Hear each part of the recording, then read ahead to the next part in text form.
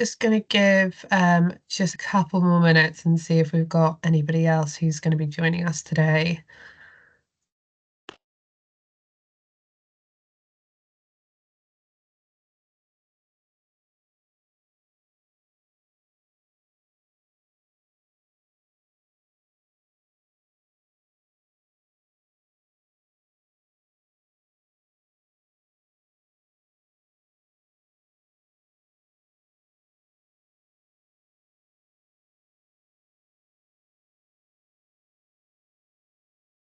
Okay, perfect.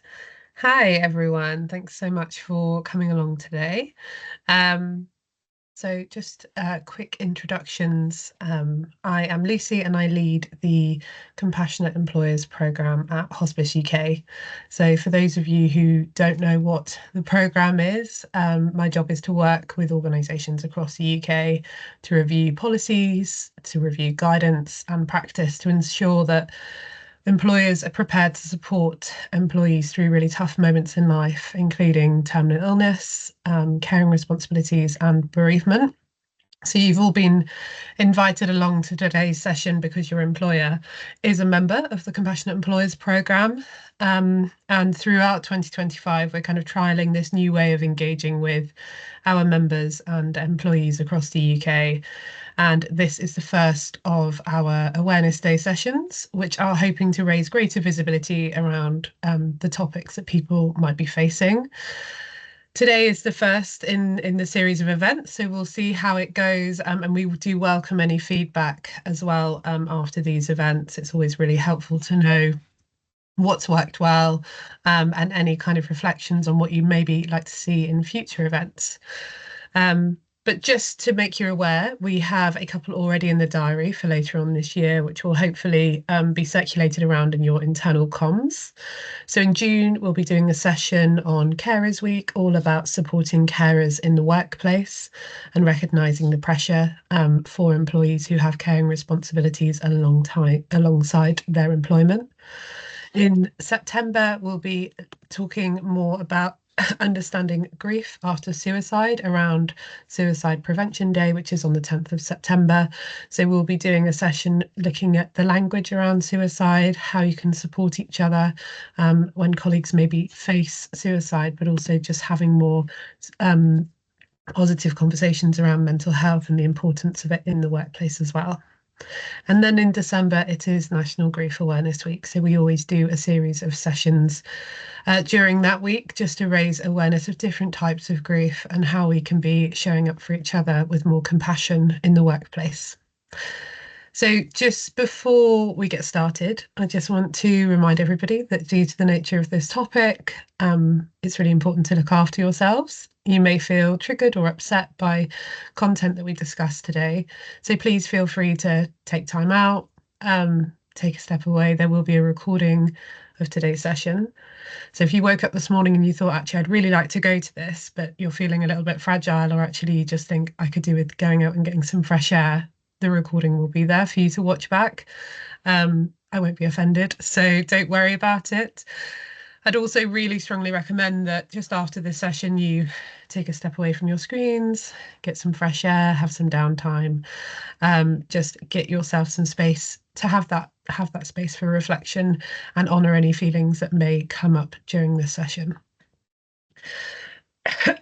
Apologies in advance. I have a little bit of a tickly throat today, so I will try not to cough throughout. But if you do have any questions, we will have some time for questions at the end. And just a reminder that this session is recorded, so any kind of Q&A and contribution would be much appreciated, but won't be then shared wider after the session. That won't be included. So please do share any reflections or feedback as the session goes on in the chat box, and save any questions that you might have until the end. We'll have some time to discuss. So what would we like you to leave today with?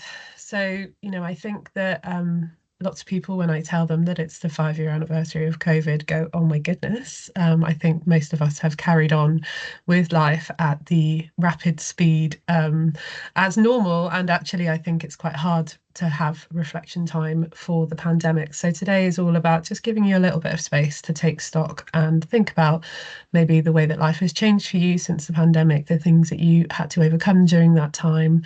Lots of people face lots of different challenges, and some of them were really positive and some were very negative. So I think it's just good to have space to reflect on all of the different challenges that you maybe have overcome during this time. I'd love you to leave this session with just a better understanding about grief and loss in general, understanding, how they might present for you and how they may present for the people around you as well. And I'd like you to leave the session today with some tips on how to better support yourself and to support those around you. All the slides will be shared along with a resource document after this as well. So yeah, just don't worry about making notes necessarily, but if you want to circulate the slides among your colleagues afterwards, that would be much appreciated. So let's talk about workplace well-being. The way that organisations have had to approach well-being has really changed since the pandemic, and that's no real surprise, as 42% of employees reported the pandemic really negatively impacted their mental health. And actually, we see 69% of employers now have wellbeing strategies in place compared to 50% pre-pandemic. So we're seeing that number of people embedding this into their strategy and their culture really is improving, but there is a long way to go, especially when we're talking about topics that we talk about more commonly around terminal illness, caring responsibilities, and bereavement. Those topics are still very, very difficult to have in the workplace. So more and more important to be having them and embedding them into these wellbeing strategies. It's not just about mental health anymore, it's much bigger than that. We know that wellbeing now includes looking at employees' financial stability, offering healthcare support, and being aware of any kind of personal challenges that people may be facing outside of work as well. Of course, with the cost of living crisis, money worries are a huge stressor for employees, and we know that that really directly impacts people and how well they can perform at work. And it can also lead to long-term absences from stress and anxiety. There is an obvious pressure on UK health and social care services at the moment, which means that a lot of employees are really struggling to access traditional support. And because of this, companies are actually having to expand quite a lot of their benefits. So that might be private GP appointments, mental health services, and general wellbeing programs to help fill that gap. It's become something that's not just a must, it's not just a nice to have, but it's actually a must-have for a lot of employees looking for work. Another big challenge is that, lots of people are taking on caregiving roles for family members.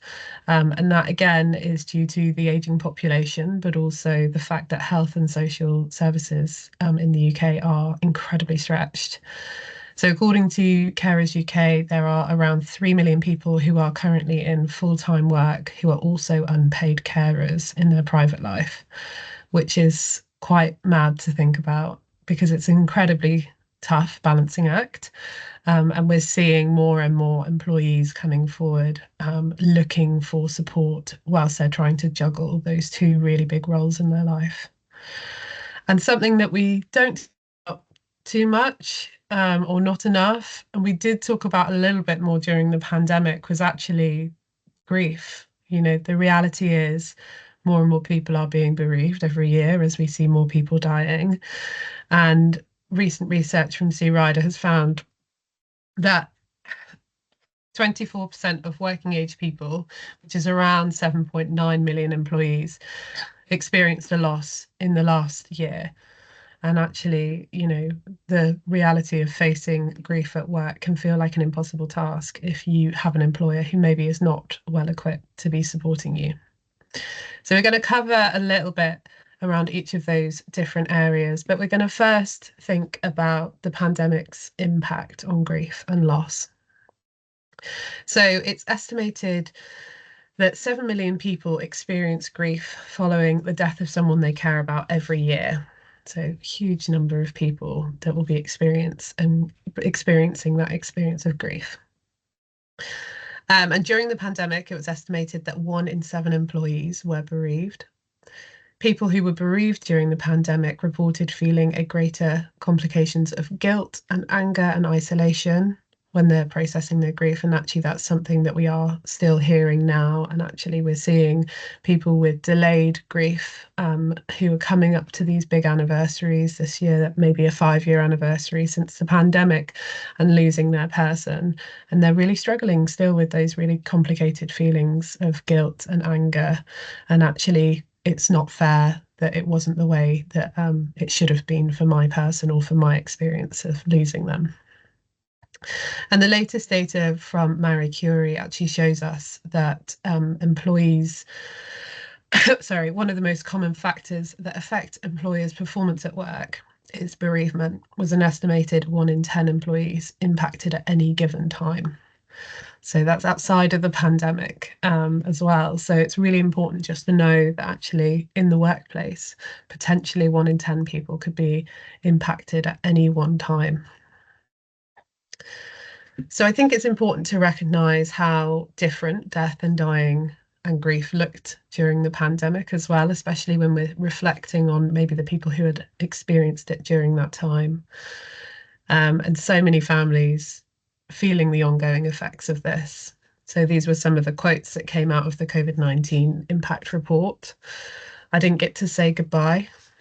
I couldn't see my friends, so I just felt really alone in my grief. I spent the final months of their life separated because of the lockdowns. I had to say goodbye to my mum on the phone. I don't know if she even heard me tell her that I loved her. Only my mum could be there for me, could be there. So no one else got to see him or got to support her. We could only have 10 people at the funeral. I was furloughed from work and living alone, so I had nothing to distract me from my loss. I wasn't allowed to carry my dad into the crematorium. We weren't allowed to touch his coffin. And in my family, we would normally wash and dress the person who had died before the ceremony, but we weren't allowed to touch my grandma. And I think just hearing those real life quotes really helped to just put some perspective on exactly how much these people must be feeling and carrying when having lost somebody during the pandemic. So it's really, really important just to be aware of the complications, the things that people weren't given the opportunity to do during the pandemic. So we're just going to talk, we're going to touch on disenfranchised grief. And this is something that we like to talk about during these sessions because it's something that lots of people don't necessarily know about, but it's something that during the pandemic, nearly all of us experienced, regardless of whether we experienced a bereavement through death or not. So disenfranchised grief is when a person loses something in their life that is important to them, but either that loss is not valued or recognised by others. Many people experienced disenfranchised grief through the pandemic, but the reality is most of us haven't actually had time to really reflect on what those losses and those changes to our life might have looked like and how they might still be impacting us now. So some examples, maybe the breakdown in relationship, the loss of the life that you had before, the leaving your hometown or having to move from the place that you were. Lots of people had to move during the pandemic, especially if they were in rental houses. And I know that was a lot of people who were having to kind of refine their identity in a community that they maybe didn't know before. Loss of a job, loss of good health. We hear this a lot when people are talking about long COVID and the impacts of COVID on people's mental health long term, and living with anxiety that they never had before. The loss of friendships, ultimately, the distance between people or the differences that came up when people were, choosing different paths during the pandemic. Complications with infertility and starting a family is something that we hear a lot about during disenfranchised grief. The real complication that actually this is the life that I thought I would have and I don't have that. And so that's something that we recognise a lot when we're looking at disenfranchised grief in the workplace. And one of the reasons we include this is because of that lack of visibility around this. When we're working with people, whether we're managing teams or whether it's colleagues, we all have a responsibility to be thinking about what might be impacting that person outside of work and how we can support them better inside of work. So hopefully some of these descriptions can make you a little bit more aware of the emotions that somebody might be feeling and why it might be impacting them. We're just going to quickly touch on anticipatory grief. So anticipatory grief refers to feelings of grief or loss that you may feel before a loss happens. So traditionally, we see this quite a lot with people who have caring responsibilities or people who are living with a terminal or life-limiting condition.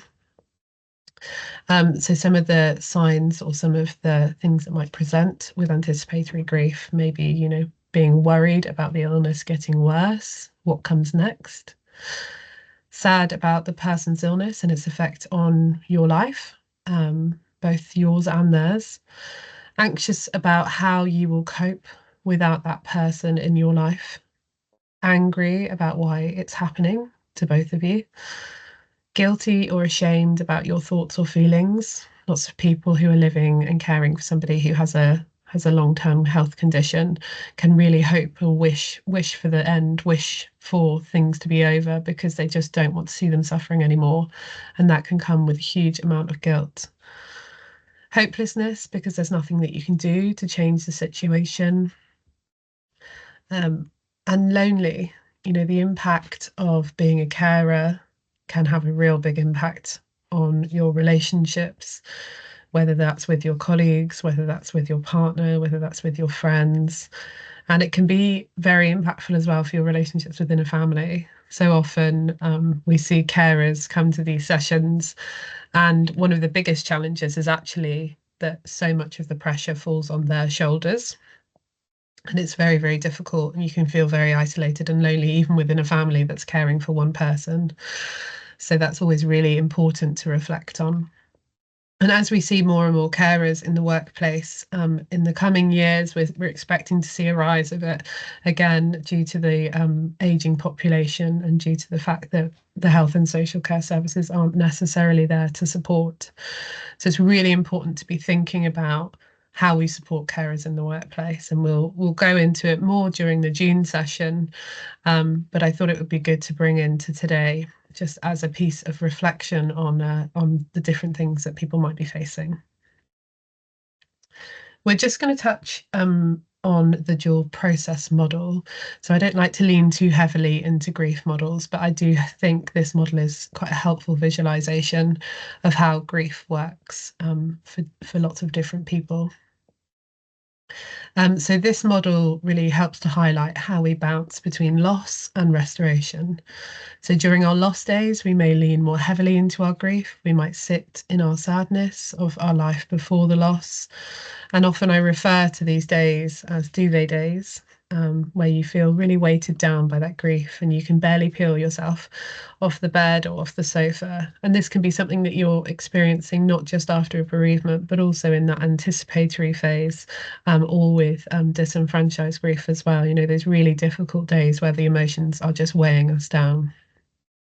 Whereas during the restoration days, we may lean more heavily into making new memories, accepting the situation that we're in, forming new friendships, making new plans, and figuring out kind of our new identity with this challenge in our life. I think this model is particularly helpful for the workplace because I think it helps show managers and colleagues that actually somebody who's facing challenges outside of work and people who are facing grief can ebb and flow and kind of bounce back and forth between these two phases, and that a colleague may seem fine one day and they may be struggling the next. And it's all about that kind of consistent showing up for each other, something that we shy away from quite a lot. So in the loss coping stage, an employee might find it hard to concentrate on tasks. They might seem withdrawn during meetings. They might struggle to socialize with colleagues. Whereas the same employee a few days later may come to work and feel really focused on their tasks, engaging with social events, leaning into project work. But what's really important to recognise is that, grief isn't linear, and it's really important to be able to support employees as they possibly bounce back and forth between those two phases.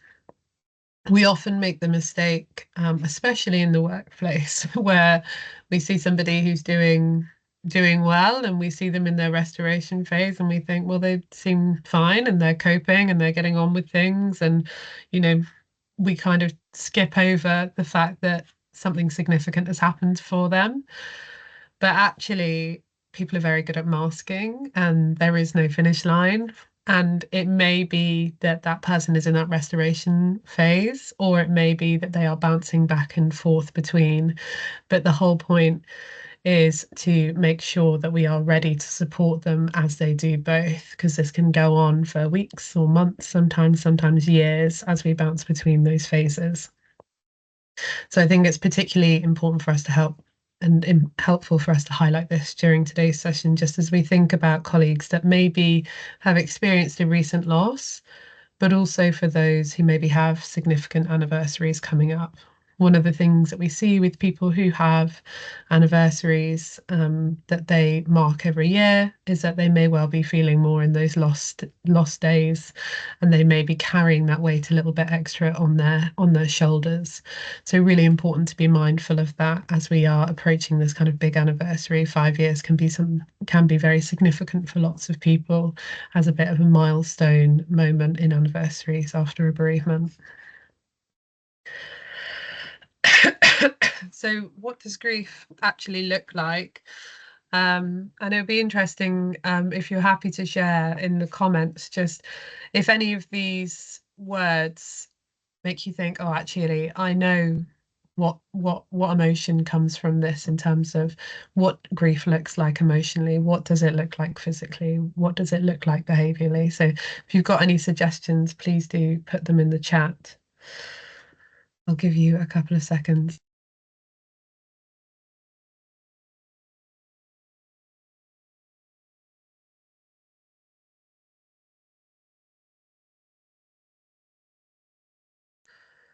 Thanks, Jane. Yeah, withdrawn. Absolutely. Loss of mojo. Sad. Physically pale, tired, shallow. Yeah, absolutely.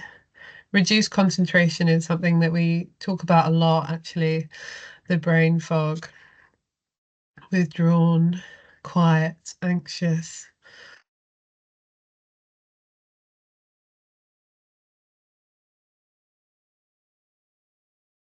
Sorry, I've realised I'm on mute there. Perfect. Thank you for sharing, everyone. And yeah, all of those suggestions are on the money. You know, emotionally, we might feel sad, we might feel anger at the person who's died or at the world. We might feel fear and anxiety. We see a lot of people, especially since the pandemic, with health anxiety, um, you know, struggling to think about getting sick themselves, but also the people around them, especially with the NHS being quite a scary place for lots of people at the moment. So we're seeing that quite a lot. Lots of people will feel shock, even if the death isn't sudden. Actually, the finality of death can feel very shocking. Numbness, a lot of people feel total overwhelm, and that sends us into a bit of a survival mode and makes us really numb to the feelings, both of our own feelings and to the world around us. Loneliness, helplessness, guilt. Additionally, people may feel acceptance or relief. You know, it's really important for us to honor all emotions that come up. But I think it's important for us to highlight that actually a lot of people who have been anticipating a death for a long time can feel really guilty for feeling senses of relief and acceptance. It can be really hard when you're living with anticipatory grief, when you're watching somebody you care about in pain or suffering. There can be a huge sense of relief when you know that you know what the end is going to look like for them, knowing they don't have to suffer anymore and knowing that you don't have to worry about the end of life. Cognitively, when we're thinking about the cognitive impacts, it may be that decreased ability to concentrate and process information, that difficulty in decision making, forgetfulness. I think somebody has said that brain fog. We've worked with so many people who, for months after a death, will feel so frustrated by the impact that the death is having on their ability to function as normal. Tasks that were previously really easy now feel really complicated or exhausting. Behaviors, when we're looking at behaviors, we might see that withdrawal, that from social interaction, that irritability, possibly a short fuse. That can be within families, it can be within teams. You can feel like you're walking on eggshells. That person may seem quite hypersensitive and reacting to topics that previously wouldn't have fazed them. Physically, we quite often shy away from the physical side effects of grief, but actually, nearly everyone that I've spoken to have experienced something physical. That might be sleep disturbances, weight loss, weight gain, aches, pains, IBS, headaches, or just being so physically run down that actually they end up quite poorly themselves. And, having the worst cold or just being completely burnt out and run down. And really importantly, it's important for us to think about the spiritual impact, and be sensitive that grief can really challenge somebody's faith. It can make them really question the meaning of life. It can make them question their belief systems. But on the flip side, it can also inspire people to lean much more heavily into faith. So becoming more active in their faith community or changing their practice of worship. So it's really important, you can see, to talk about this, because when we're thinking about looking after ourselves after a loss, or looking after the people around us, welcoming somebody back into work, and being mindful of all of these different elements that might be going on for them. And again, these are elements that may be immediate after somebody dies, but they may also be things that present for weeks or months, sometimes years afterwards. It's really important to just recognize no two experiences are the same. We can be as educated as possible in this space so that we can make as much provision and support for the people that are experiencing bereavement, and take their lead and have some greater understanding on all the different things that might be impacting them, and how we can adapt our support at work to make sure that they feel supported and looked after and able to come in and do what they can. So, ultimately, throughout today's session, we've spoken about, all of the kind of different challenges that employees might have outside of work. And one of the most common things that people say to us is, well, I don't know how to have the conversation. I don't know what to say. But one of the greatest ways we can support people through really tough times is actually just to hold space for them, to sit with them with their feelings, and to actively lean into, sitting in those challenging conversations. And it doesn't come naturally to all of us. It's not something that as a society we're very drawn to. So we've come up with 6 key principles, and as members of Compassionate Employers, you'll have access to an e-learning module, which is 30 minutes, and it's on the resource hub. We'll make sure that we share the link for this afterwards.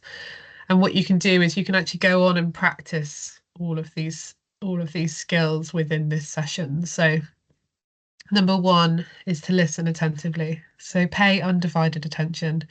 Be present in the conversation, not just listening to respond. If you're in a work setting, think about how you can minimize distractions so you can be fully present. Turn on Do Not Disturb, find a private room, and avoid busy settings. We are all terrible at having a smartwatch that's pinging or a phone that's in our pocket buzzing away, and it's very hard to be in the moment with people. So try and do your best to remove distractions as much as possible. And that might be that you put your phone in your bag and you say to that person, let's go for a walk around the block because the office is really busy today. It might just be creating that space outside of the office if needed. Or if you're at home, trying to remove any distractions that you might have, the barking dog or a crying baby. Respond mindfully. So take a moment to process before you respond. Consider what you've heard so you can build on that conversation. Take their lead, mirror their language, and where possible, make the conversation personal by referring to things that they've shared earlier in the conversation. Again, we're quite often so quick to try and fill the gaps and fill the silence that we don't actually take very much time to just digest the information that somebody's given us before we respond. So just being able to do that as a practice is really, really helpful. Be observant. So notice details, notice their body language, their mood, and their attitude. Are they coming to you for advice? Are they looking for signposting? Or are they just looking for somebody to listen? Try and remain in an open stance and be patient whilst they talk. I'm a fidgeter, which makes things more difficult. So it really helps for me to be either in a setting where I can move around a bit while somebody's having a conversation with me, so that they don't think that I'm restless. It's really helpful for people to just see that you don't have anywhere else to be, that you have all the time in the world to be sat in this conversation with them, and the conversation isn't making you uncomfortable. So just be really mindful of the way that you're presenting to them and the way that they're presenting to you. Manage silence. So learning to sit comfortably in silence. This is something that we're definitely not very good at, something I'm personally very bad at, and something that I'm trying to work on more. But silence can be really healthy, and sometimes it's actually what people need. They want you to just sit and hold those emotions for them without trying to come up with solutions. Respecting emotions. So, acknowledging all emotions and not denying ones that you don't relate to, trying to remain neutral. Remember that we all have different responses to challenges that come up in our lives, and different emotions may come up throughout the conversation. So just trying to respect and make space for all of the emotions that arise. And it's okay if some of them make you uncomfortable. As I said, we're a society of fixers, and we find it really hard to watch people that we care about be sad or angry without trying to find a solution. But actually, just sitting in those emotions with that person can really help them and validate the emotions that are coming up for them and help them be more vulnerable with you. And the last one is to consider other perspectives. So just to welcome experiences, withholding any judgments, and trying not to project your own experiences back on that person. So being mindful of sharing personal experiences without permission can be really helpful for lots of people to share personal experiences. But it's really important to make sure that you're prioritizing that employee who's come to you for support above your own emotions. Like an example of this is quite often when you hear people who say they've been bereaved, and somebody immediately responds, "Oh, yeah, my dad had that cancer and he died really quickly and it was really awful. And I totally know how you feel." And actually, what that does is it shifts away the narrative from the person who's going through it at the moment. And oversharing can be really difficult in terms of diminishing or belittling that person's experience or feelings. So just trying to hold space for that person and be with them in that moment and make sure it's about them before you is really helpful and really important. So finally, in a world where we have so much to think about, it can be really difficult to make space to support others whilst our cup feels like it's overflowing, which is why self-care and self-compassion is really important. So if you've come along to this session, it's probably because you've either been impacted by some of the topics that we've been discussing, or you're looking to do more to support people around you. But regardless of the reason, we're notoriously bad at prioritizing and practicing our own self-care and self-compassion. Self-care is the practice of taking an active role in protecting one's own well-being and happiness. Important to practice at all times, but is especially important during busy and stressful periods. And self-compassion is simply giving yourself the same kindness as we give to others in our lives. We readily offer support to those around us, but if they're struggling the same way, but it's really easy for us to neglect ourselves and our own needs. a really common example of not giving yourself self-compassion is when you're in a tricky situation and you're beating yourself up about it rather than saying, actually, what can we do to fix this? Or it's okay to feel like this. And there's a really helpful self-compassion tool that we'll share with the follow-up information from this, which can really help you identify, how we can be better at talking to ourselves and looking after ourselves and holding that space for ourselves so that we have greater capacity to support the people around us.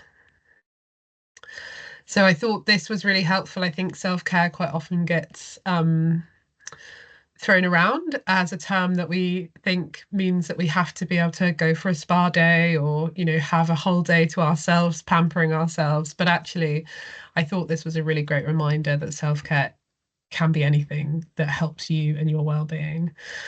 So self-care is simply the little things you do to look after your mental health. Self-care is not a replacement for getting help, and it's not about having to fix your problems on your own, but it's a really important part of maintaining good mental health. Make looking after your mental health a priority, discovering what self-care looks like for you, and remembering that when it comes to self-care, it's not one thing, but it's your thing. And so I thought the final thing that I thought I'd share with you today is I think this is a really helpful structure for thinking about self-care. So for me, I think breaking it down into my mental health, my physical health, and my emotional well-being is the clearest way for me to stick by my self-care plan. So for me, having a steady routine, a trusting relationship with my manager, my colleagues, feeling financially secure, that all massively helps in me maintaining good mental health. In terms of my physical health, making time to move my body, to walk, to exercise really helps me maintain my physical health. But also, I notice a huge dip in my mood when I haven't exercised in a few days, or even if I miss my morning walk and getting outside. And lastly, my emotional well-being. I need to feel loved and supported and wanted and valued. And spending time with my family and my friends really helps support my emotional well-being and fill my emotional cup so that I'm able to kind of take on any challenges. So I would really encourage you to do this exercise. I think it's a really good way of identifying the key things that you need in your week to make sure that your cup is full and that your emotional well-being and your self-care is a priority. And if anybody's got any suggestions on if they've got a really great self-care plan, do share in the chat. I think it's always useful to know what other people are doing to look after themselves as well and share those sorts of tips. Just briefly then, as a member of the Compassionate Employers Programme, just to highlight that you all have access to our Members Hub. Within the Hub, you have a huge amount of resource for yourself if you've been bereaved, if you have caring responsibilities, if you're facing an illness or terminal diagnosis. Huge amount of information in there. But we've also got a manager's portal where you can look at step-by-step guidance for supporting your teams through each of these different things in life. The hub is always being updated, always being reviewed. So if you've ever got suggestions on things that can be added in, then please do let us know. One of the things to highlight is the cultural sensitivity section within here so that you can have a look if you're supporting somebody who is from a faith background or a different culture that maybe you don't have as much knowledge in. There's a really helpful section so that you can understand what caring responsibilities, what death and dying may look like in terms of practices and rituals so that you can be as respectful and accommodating as possible to support them. And lastly is the compassionate bereavement e-learning. I would really recommend anybody taking that up as an opportunity just to practice conversations skills, practice that active listening, and give you a little bit of a run through of ways that you can support each other better. Sorry. So some key reminders just before we finish for some questions.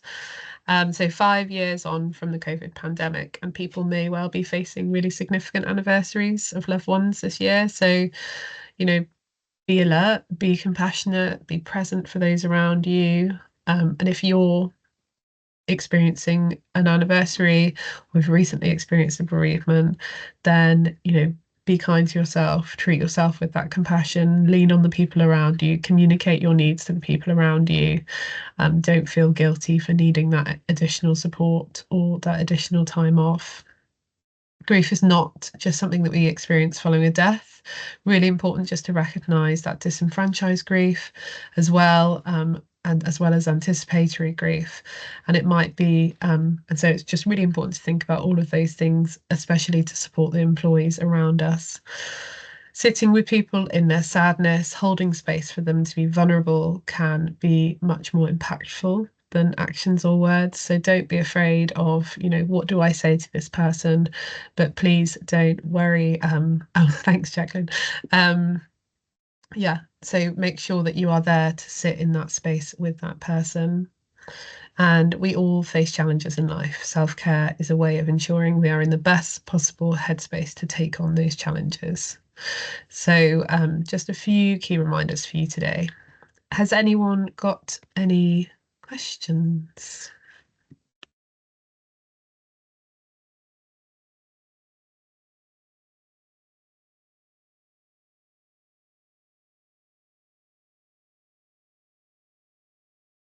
Oh, thanks for sharing your self-care, Julia. I agree. Fresh air is my number one. I need to get out and get some fresh air every day, and if I don't, I'm climbing the walls by the afternoon. So definitely agree with you there.